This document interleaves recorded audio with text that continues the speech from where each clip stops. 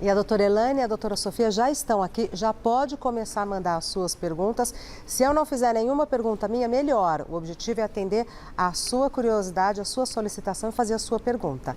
Passando bem, doutora? Tudo bem, obrigada. Que bom, bem acomodadinha e tal. E a doutora Elaine também. Foram muitas as perguntas. Assim, a gente não deu conta e de verdade, vamos fazer como fizemos em maio, há pouco tempo, né? Para que as dúvidas todas fossem sanadas. Só para a gente introduzir o assunto, quando a gente fala de transtorno alimentar, a gente não está falando só de bulimia e anorexia, certo? Exatamente. Certo. Transtornos alimentares são um grupo de transtornos, né? Dos quais talvez os mais famosos são anorexia nervosa e bulimia nervosa, mas a gente tem também transtorno de compulsão alimentar e tem outras categorias que ainda não são, vamos dizer assim, aceitas nesse rol do grupo de transtornos alimentares, mas que estão caminhando para isso. Por Exatamente. exemplo? Tem o transtorno do comedor noturno, que faz parte do transtorno de compulsão alimentar. Temos também ortorexia, vigorexia, Pera, ortorexia, o que quer dizer? Ortorexia é aquela pessoa que tem uma preocupação excessiva com o que come. Aquela pessoa que passa muito tempo fazendo um planejamento e tem uma preocupação excessiva com as propriedades, a composição, né? a qualidade da comida e da onde que vem. E assim, são pessoas que elas comem de forma muito restritiva. Eu falo que o mundo era ortorexo há 10 anos atrás, porque eu não sei se você se lembra, começou aquela febre de intolerância ao glúten, intolerância à lactose, principalmente intolerância ao glúten. Sim. Então, muita gente parou de comer, excluiu o glúten da alimentação, né? E quando ia para qualquer evento, evitava. São pessoas que evitam até eventos sociais e quando vai para o restaurante, normalmente levavam marmitas, né? De medo do glúten. Clássico, exatamente, o clássico frango com batata doce, né? Que antigamente se usava bastante. Essa é a ortorexia. Qual outro que a doutora falou? Vigorexia. Ginástica. Exatamente, Tá. que hoje está muito comum. Principalmente por causa do TikTok, porque quanto mais músculo, mais curtidas, mais seguidores. A vigorexia está mais relacionada com a massa muscular, né? Com estar com o corpo naquilo que se considera fit. Então, né? não, estamos falando de excessos, né? Não estamos falando de um cuidado profilático com a alimentação, nem com... A gente não está falando de equilíbrio, a gente está falando dos excessos. Exatamente. E qual foi o outro? E tem também a alcorexia. Alcorexia, que teve até um personagem há muitos anos atrás na novela, que ela tinha alcorexia. O que é? É a pessoa que troca a comida pelo álcool. Ela também tem uma preocupação excessiva com o corpo, com o peso corporal, e ela deixa de comer para ingerir bebida alcoólica. Então, o pano de fundo de tudo isso é a obsessão com o corpo. Exatamente. Exato. Sempre com o objetivo de controlar esse corpo, né? Controlar o corpo. A doutora Sofia Barbieri de Senso é médica psiquiatra do Ambulim. Isso. É voluntária no programa de transtornos alimentares do Instituto de Psiquiatria do Hospital das Clínicas. Eu já vou dar o Instagram do Ambulim, que é @ambulim.ipq. E a doutora Elaine Dias JK é médica endocrinologista. O Instagram da doutora Elaine é DRA Elaine Dias. Mas eu vou repetir, porque é só para quem já tem, né? Quem está vivenciando esse problema, e normalmente na minha cabeça, não é quem está vivenciando, é alguém que está observando alguém que está vivenciando, porque eu acho que faz parte do transtorno não se reconhecer nessa condição. Estou errada? Mais ou menos, porque na verdade na anorexia nervosa isso é muito comum, né, da pessoa não perceber que ela tem aquilo como um problema, mas eu acho que, por exemplo, das pessoas que estão assistindo, quando a gente tem uma situação de compulsão alimentar, aquilo é uma coisa que provoca muita culpa na pessoa e uma sensação de que ela está desajustada. Sofrimento. Em relação ao que é normal, enfim, né? Então... E é muito comum, né, na compulsão alimentar, até um pré-requisito para a gente fazer o diagnóstico é perder o controle, né? Então, realmente gera um sofrimento muito grande, Exato. que a pessoa não tem um autocontrole. Ela acha que ela não tem um autocontrole. Estava sem tossir até agora. Por favor, lê essa pergunta aqui que eu não vou conseguir. Boa tarde, mulheres. A menopausa contribui para esse transtorno? Durante a mesma, não consigo mais voltar ao peso normal. O que fazer para ter o controle para não engordar? Posso responder? Pode. Ó, assim, até onde eu sei, a doutora pode me corrigir, né? A menopausa, ela realmente, por questões hormonais, alterações hormonais, ela realmente não tem estudos científicos colocando a menopausa como um gatilho. Mas eu entendo que ela contribui sim, porque assim, a menopausa, ela leva a várias alterações hormonais que dificultam o processo de emagrecimento. Então, provavelmente, né, normalmente as pessoas nesse processo de menopausa têm uma redistribuição de gordura, tem um acúmulo de gordura na região abdominal e entram, né, numa dieta, eventualmente por falta de orientação ou pela internet, numa dieta muito restritiva, e a dieta muito restritiva, ela é o principal gatilho de transtorno de compulsão alimentar periódica. Sim, eu acho que tem uma coisa interessante sobre a menopausa, que ela é um momento de fragilidade na vida mental da mulher, né? É um momento que a pessoa pode ter mais ansiedade, pode ter mais depressão, e com isso também pode estar mais suscetível ao aparecimento de um transtorno alimentar efetivamente, ou até uma preocupação alimentar excessiva. Exatamente. Num contexto ansioso, depressivo. Então, acho que vale a pena o cuidado mesmo. Sim. Né, e ir atrás aí de um cuidado para ver se o que você está passando é de fato um transtorno alimentar ou não, né? E mesmo que não seja, cuidado o que quer que seja. E além meninas. Continuamos ao vivo. A Regina foi só tomar um golinho d'água, um copinho d'água. Obrigado vocês por continuarem. As perguntas continuam aqui. Se você tem pergunta também, @Gazeta Mulheres, manda sua pergunta que a gente retransmite aqui. Tem uma pergunta aqui, eu não sei se já foi respondida. Sofro com a seletividade alimentar desde criança. Como é que eu posso tratar esse problema? A seletividade alimentar é um dos transtornos alimentares, né, que está nessa categoria, a gente chama de transtorno alimentar restritivo evitativo. Geralmente o surgimento é mesmo na infância e muitas vezes progride, né, até a vida adulta. E o tratamento para esse transtorno envolve um cuidado com um nutricionista comportamental, de preferência, né, mas tem que ter sim vamos dizer assim, uma readequação desse paladar, né, dessa seletividade. Então, é preciso um cuidado mais especializado com um nutricionista mesmo, de preferência, que tenha esse olhar e consiga trabalhar tanto as questões sensoriais relacionadas com isso, né? Então, por que é o tato que incomoda, né? O tato do alimento que incomoda, é o visual do alimento que incomoda, ou é realmente uma sensação de mal-estar quando se alimenta. Então, tudo isso pode estar relacionado com esse transtorno, e o que eu diria é que é importante procurar um nutricionista que cuide bastante dessa parte, que vai saber ajudar. E a gente também tem esse transtorno restritivo, né, evitativo, também eventualmente em pessoas idosas por fobia, porque eventualmente ela engasga, por exemplo, com a carne, com um pedaço de carne, e evita ao máximo aquele pedaço, a carne novamente, comer algum tipo de carne, porque ela imagina que ela vai engasgar novamente. Então, o que a doutora citou, né, que é o TARI, é uma restrição sensorial, né, doutora, que se trata muito bem com uma boa nutricionista que tem essa especialidade, e também a parte também comportamental, né, muito extremamente importante, e aí tem por fobia também, que é nesses casos, né, por causa de algum evento. Olha, tem mais uma pergunta da V. Martins. Eu busco emagrecimento e estou conseguindo muito devagar. Eu estou na menopausa e faço exercícios e dieta. Dá para falar alguma coisa para ela? Dá. É normal? É normal. Menopausa realmente é um momento muito difícil para a mulher.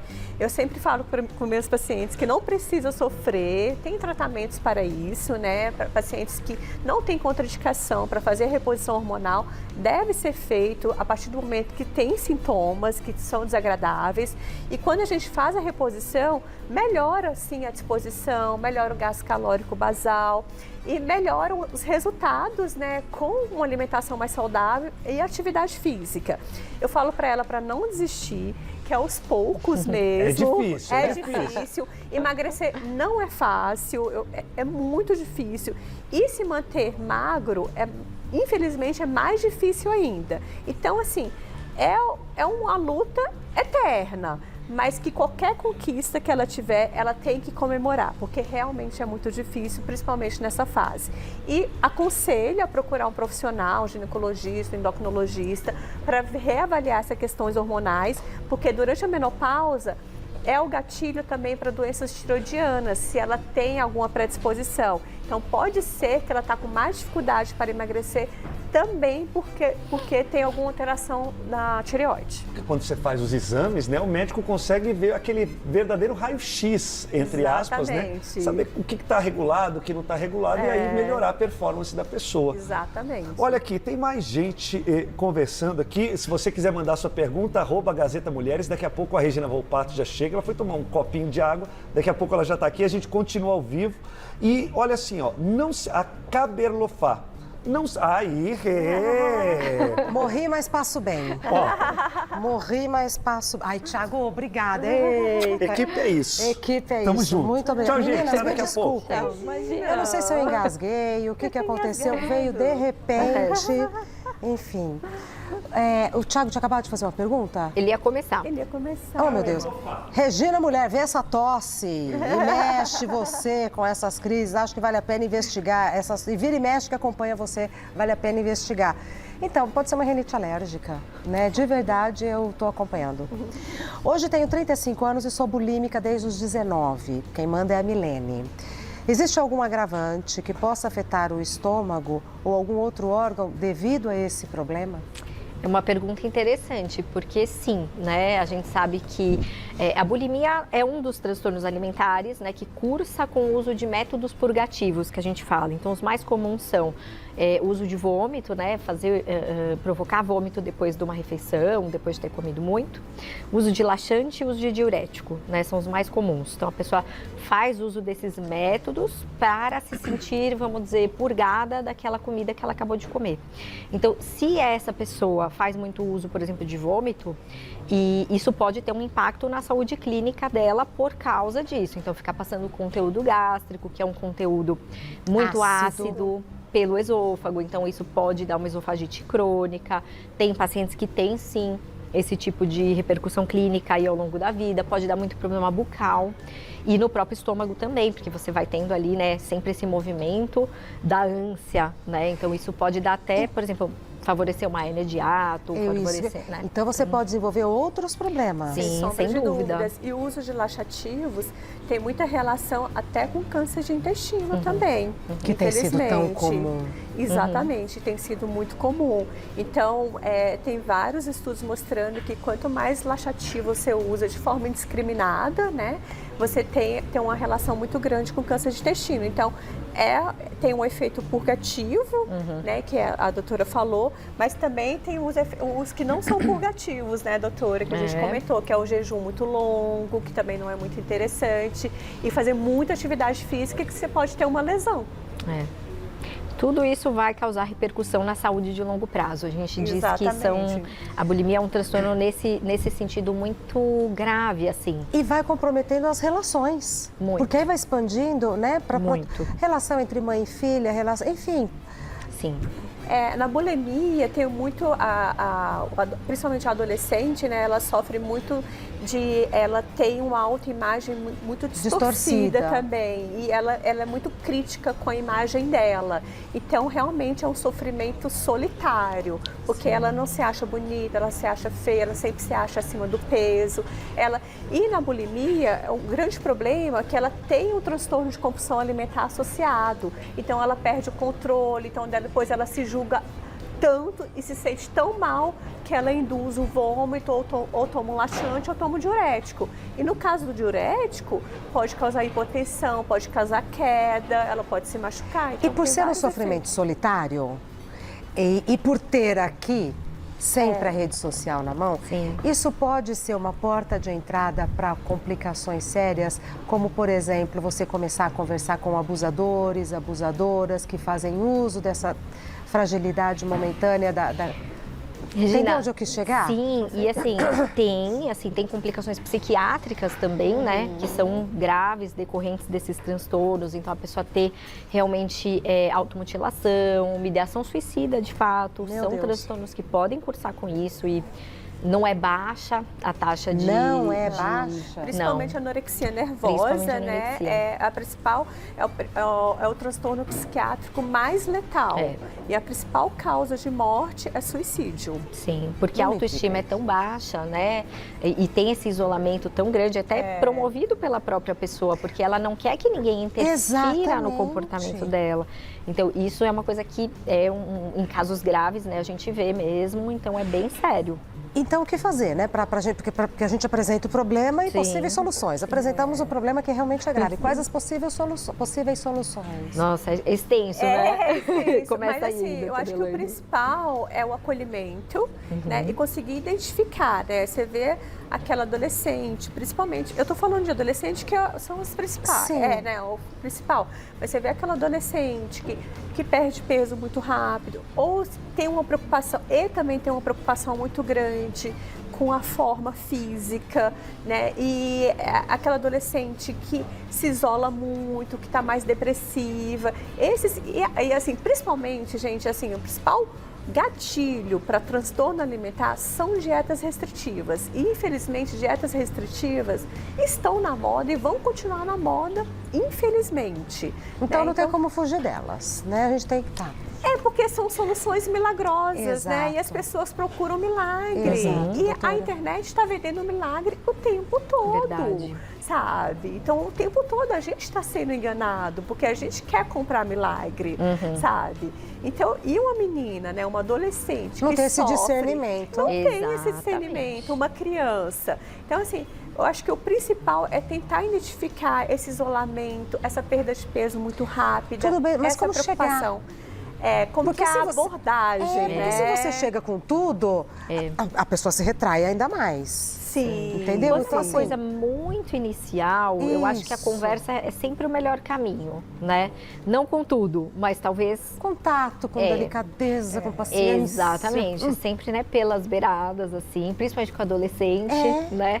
Mas quando ainda é uma coisa mais incipiente, ao contrário do que a gente imagina, que a pessoa não vai aceitar ajuda, muitas vezes aceita. Graças muitas a Deus. Muitas vezes você explicando, falando, olha, isso é uma coisa que pode ser grave, pode acontecer isso, né? Veja, ó, você realmente está apresentando esses sintomas, eu estou vendo porque está acontecendo, de você se isolar, de você só pensar em comida, você não está percebendo, mas você deixou de jantar com a sua família, você vai deixou... pontuando, então, situações que já ocorreram. Que já estão acontecendo. E aí, muitas vezes, em sendo uma coisa ainda de início, a pessoa tem uma resposta legal, né? Consegue muitas vezes entender, ou pelo menos parcialmente entender que realmente aquilo está sendo um problema e aceitar algum tipo de solução. Acho que é mais difícil quando a gente já tem uma situação mais crônica. Aí sim a gente pode ter mais dificuldade para abordar e para ter algum tipo de engajamento, vamos dizer, né, da pessoa no tratamento. Mas ainda assim é o que a gente sempre vai tentar, né? Vou repetir o Instagram da doutora Elaine Dias JK, que é médica endocrinologista, é DRA Elaine Dias, DRA Elaine Dias, tudo junto. E da doutora Sofia Barbieri de Senso, que é médica psiquiatra e voluntária do Ambulim, que é o Programa de Transtornos Alimentares do Instituto de Psiquiatria do Hospital das Clínicas. O Instagram é ambulim, do jeito que fala, com M de Maria no final, ambulim.ipq, e o da doutora Sofia é Sofia Senco. O nome é Senso, mas é sem o cedilha, Senco, com S no começo e C no final, Sofia Senco. Meninas, muito obrigada. Perdão pelo vexame. Imagina! Nossa, foi tão rápido. De jeito nenhum. Foi rápido, pra mim foi uma eternidade. 1000 perdões. Uma boa hora. Você está de quantos meses? 8. Continua. Quando você veio, você estava com 8 ou estava com 7? Estava com 7, agora entrando eu tô no com 8. Isso, exatamente. Tá muito bonitinha, obrigada. Né? Barriguinha toda bonitinha. Temos gestantes aqui também no programa. Eu acho que é sempre um bom presságio. É maravilhoso. Né? É maravilhoso. Saúde para vocês, muito obrigada por terem voltado para falar do mesmo tema e até breve. Até breve. Obrigadão. Obrigada.